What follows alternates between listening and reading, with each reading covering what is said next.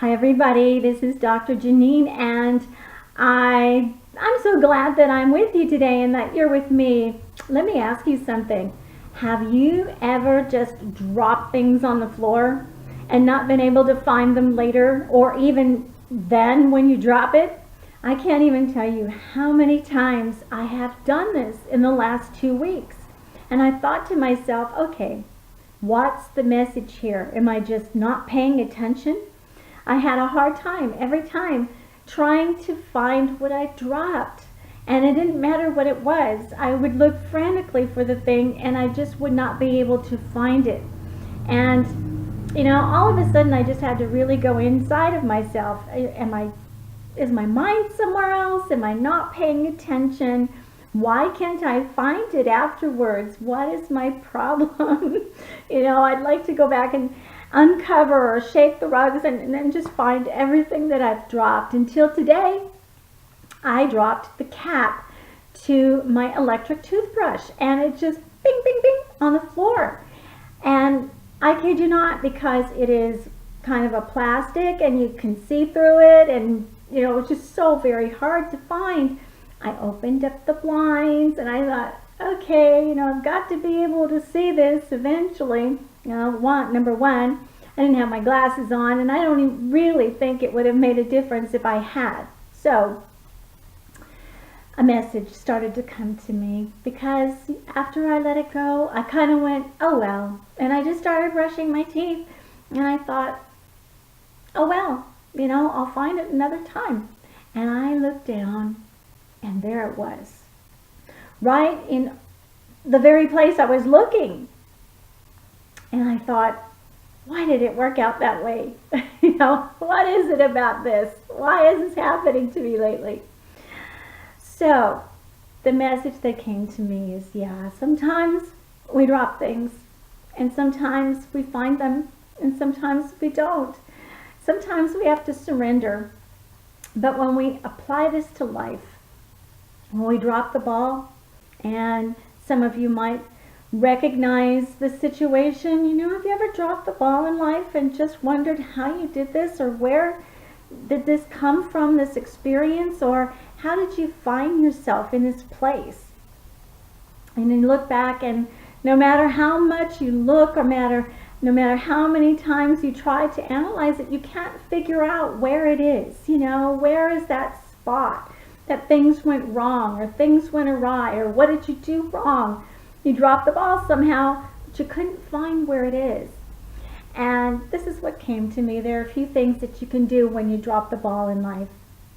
First of all, remember, you can always start over with anything. God always has a plan B, and you have a plan B. Be flexible. That is something that you can use to remember plan B and what it relates to. Be flexible, because when you're flexible, you move into your life with ease instead of dis-ease, which causes anxiety and maybe depression or oppression, and eventually disease. That's what dis-ease is. So we want to walk in ease. So be flexible. Know and understand that there is a plan B in your life, and it's totally fine to go forward with a plan B, knowing that somehow you dropped the ball with plan A. The other is, if you want to really see something, you have to turn the light on. Hello? This is a lesson that seems so easy, but not so easy for some of us, if you're not really thinking about it. So I want you to think about it. Turn on the light. What does that mean to your life in relation to yourself, spiritually, to God, to the universe, to how things work and operate in your life? Turning on the light means bringing more of God's Spirit into the situation. Invite Him into what you're going through, because remember, you don't ever go through anything alone. If you ever feel a sense of aloneness, it's not because anyone has left you or because God has left you, because that has not happened. God is always with you and waiting from inside of you and around you for you to just ask for a miracle. And you know what? Sometimes miracles are great, huge things, and we go, wow, but sometimes the most amazing miracles are very simple. So it's totally, totally fine to say, you know what, God, I invite you into this situation and I'd like a miracle. Please give me a miracle. I need to find where I have dropped this ball, where I have dropped it in life, and I want to bring it forward so that I can move forward.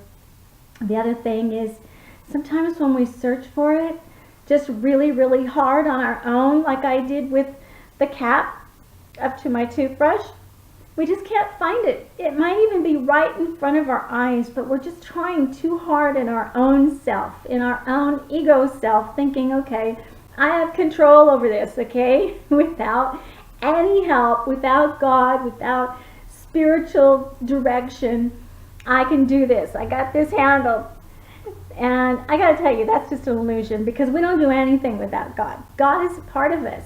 God is inside of us, and we do nothing without God's presence. And we have to just acknowledge His presence to know that He's going to be there helping us. And it kind of invokes Him to say, okay, you know, you've made this choice. You want me to help you. So it's like, okay, I surrender to you and for a miracle. Okay, God, I want to see this clearly. When you want to see something clearly, allow God to put a new pair of glasses on you. Allow Him to be your vision. Okay? Does that make sense? Because just like the top of my toothbrush, my electric toothbrush, it's kind of a clear material, and dropping on the floor, you just can't see it. Whether I had glasses on or not, I really don't think I would have been able to see it. But God can give you clear vision and see even through the things that are transparent and you feel like you can't see where they are or what this is about in life. I know it's kind of generalizing here because we all have our own situations that we can apply this to. It could be actual things that we have lost and we really want to call upon God to help us find those things. It's totally fine to do this. God is the God who helps us find things. He's the God who sees, right? So if He has been determined to be the God who sees, He sees everything, including the things that you've lost. So it's totally okay to ask Him for a creative miracle. Help me find this, God, or help me obtain this again, God. Help me come get my things, or wherever I lost them, or who I loaned things to, or wherever I dropped them. But even more profoundly, ask the God who sees to help you in your life, to see where you dropped the ball, to see where maybe you made a mistake or you made a wrong turn. Just remember, I want to take some of the guilt away from you. I want to take some of the condemnation and judgment away from you. A mistake is just that. It's a mistake, but it is a mistake. Think about this. When we're doing a movie or creating a movie, we do take 1, take 2, take 3, and on and so on, and until we get it right. Okay, so when we make a mistake, it's just a mistake, and we need to go back and redo the take so that we do it better. I know about this when I make videos. It's like, oh, sometimes I'm like bumbling all over my words. I'm like, oh my gosh, I can't even believe that I can't do this today. So I just made a mistake, and I need to go back because maybe I think I said something wrong, or I didn't want to put it in a certain way. And so I go back and I do a new take, you know, from that mistake. So it's a take 2, or maybe a plan B. So just know this, that if you make a mistake, please don't judge yourself. Please don't put condemnation on yourself. That's a fear-based idea, and it's not your God. It's not our God. Our God is one of grace, and He is the God who sees, and He sees from within you. He sees on the outside of you. And so in every and all situations, invoke that God. Bring Him towards you. Don't push Him away and do things on your own. Don't make Him the last thing on your mind. Make Him the first thing on your mind. I am within the God presence. I have God presence in me, and we are together as one, and I'm going to walk in that God presence. I'm going to let that God presence see through my eyes, and I'm going to obtain the things that I feel like I lost. Remember, He is a God of restoration. He wants to give you rest. He wants to restore you, and He wants to bring you back to that place where you were in the beginning, before you may have lost the ball or made that mistake. Okay? Just a word of wisdom today from my toothbrush. I hope that makes sense to you. I love you. I'm so glad that you joined me today, and I so look forward to talking to you again real soon. And you might be hearing the traffic go by. That's outside of my office. But if there's ever a time that you want to connect with me, there's something you want to discuss, you can call me at any time. Leave a message, please, at 832-484-8306. And if you would, just kind of give a small detail about what it's concerning, so I can make sure that I allot some time for you.